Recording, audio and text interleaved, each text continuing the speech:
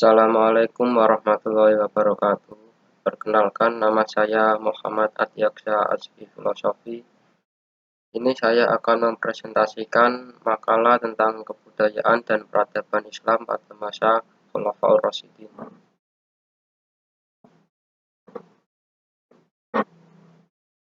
Yang pertama, bab 1, pendahuluan.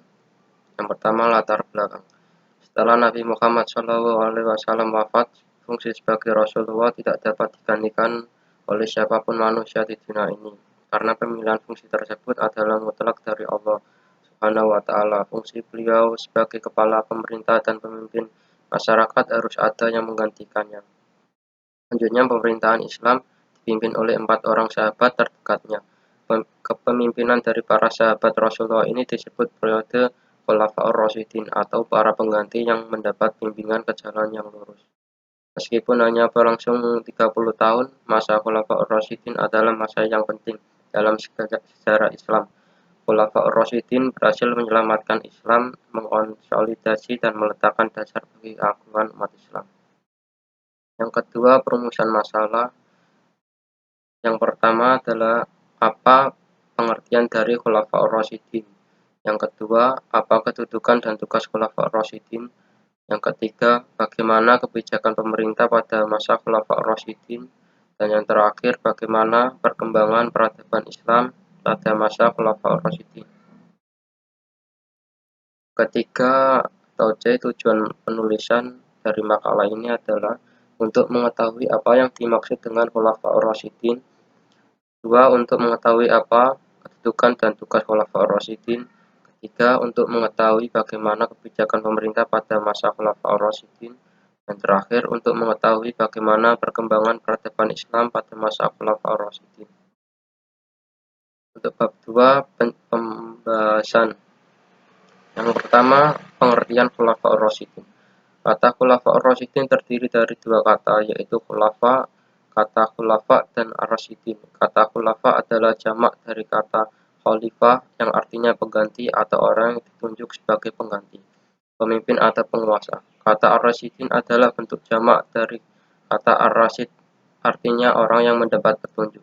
Jadi menurut istilah Khulafaur Rasyidin adalah orang yang ditunjuk sebagai pengganti, pemimpin atau penguasa yang mendapatkan petunjuk dari Allah Subhanahu wa Ta'ala.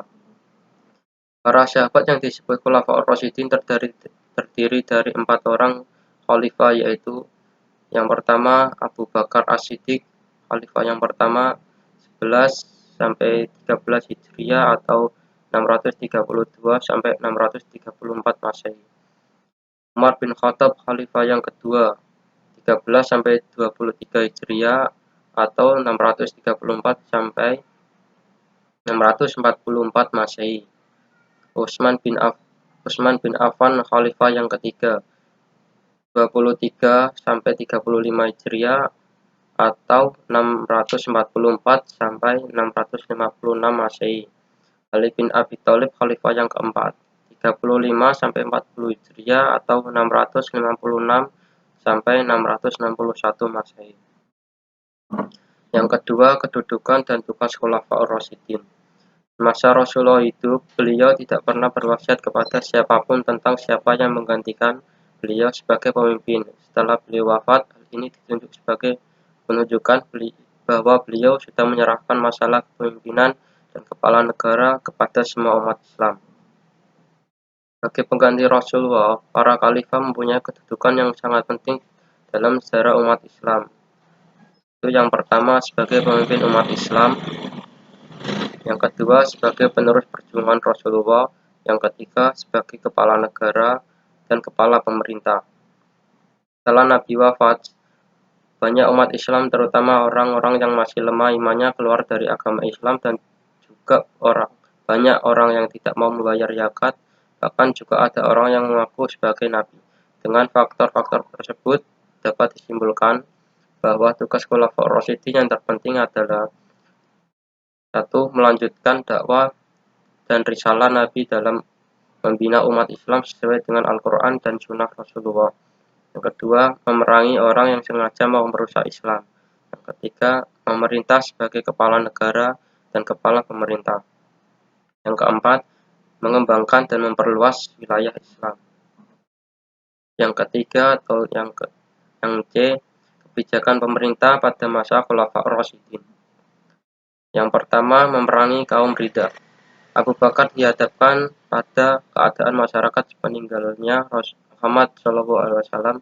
Ia menghadapi kesulitan-kesulitan yang memuncak, dan ketegasan Abu Bakar ini disambut dan didukung oleh hampir seluruh kaum muslimin untuk memerangi kemurtadan nada ini. Yang kedua, pengelola kas negara. Pada masa Abu Bakar, kekuasaan bersifat sentral atau eksekutif, legislatif, yudikatif terpusat pada pemimpin tertinggi. Pada masa Umar, lembaga yudikatif dipisahkan dengan didirikannya lembaga pengadilan. Bahkan di daerah-daerah masa pemerintahan Umar mulai diatur dan diterbitkan tentang pembayaran gaji dan pajak tanah. Untuk mengelola keuangan negara didirikan Baitul Mal. Yang ketiga, penataan birokrasi pemerintah. Pengembangan sistem birokrasi pemerintah ini berdasarkan pada pemikiran para khalifah, khususnya Umar bin Khattab, yang berhasil memadukan sistem yang ada di daerah perluasan dengan kebutuhan masyarakat yang sudah mulai berkembang pada saat itu. Keempat, perluasan dan pengelolaan wilayah. Satu keterkaitan antara perluasan dan pengelola wilayah dengan masuk Islamnya penduduk di wilayah-wilayah tersebut adalah sikap toleransi dari kaum muslimin dan mereka mendapatkan perlakuan yang baik. Mereka hidup lebih aman dan damai di bawah perlindungan pemerintah Islam, sehingga mereka masuk Islam dengan kemauan sendiri tanpa adanya paksaan dari kaum muslimin. Yang kelima, sistem nepotisme pergantian Umar dan Utsman. Ya, dapat diartikan pergantian keadilan dan kekerasan dengan kelonggaran. Kelemahan dan sikap ragu-ragu akibatnya banyak kaum muslimin yang meninggalkan Utsman, yang berarti hilangnya kawan-kawan dan orang-orang tempatnya ia menumpahkan kepercayaan kecuali kerabatnya. Yang keempat atau D, perkembangan peradaban Islam pada masa Khulafaur Rasyidin.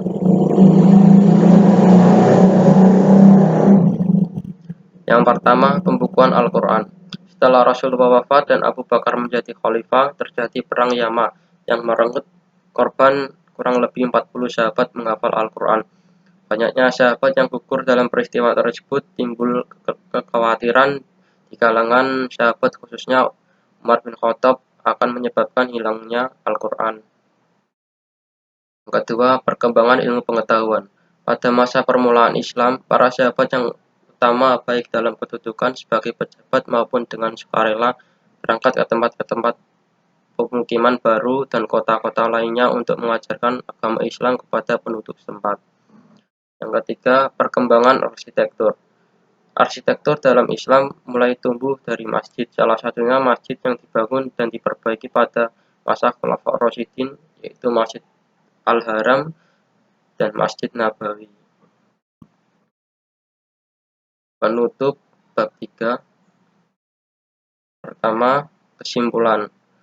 Kesimpulan dari makalah ini adalah Khulafaur Rasyidin adalah pemimpin yang mendapat petunjuk sesudah Nabi wafat untuk menggantikan beliau melanjutkan tugas-tugas sebagai pemimpin agama dan kepala pemerintah. Nama Khulafaur Rasyidin ini hanya dapat 4 sahabat yang menjadi khalifah secara berturut-turut setelah Nabi. Mereka adalah orang yang sangat ceria, yang sangat setia kepada Nabi pada masa ini. Mereka betul-betul menurut teladan Nabi. Mereka dipilih melalui proses musyawarah yang dalam istilah sekarang disebut demokratis. Pemerintah ini sangat berjasa dengan perkembangan Islam karena pada masa ini banyak mengadakan ekspansi ke daerah yang non-muslim. Kedua, saran. Demikianlah makalah ini saya buat. Apabila ada kata yang menyampai dari saya kurang pas, saya mohon kritik dan sarannya, karena ini bisa menjadi koreksi bagi saya dan semoga makalah ini bisa bermanfaat untuk kita semua. Wassalamualaikum warahmatullahi wabarakatuh.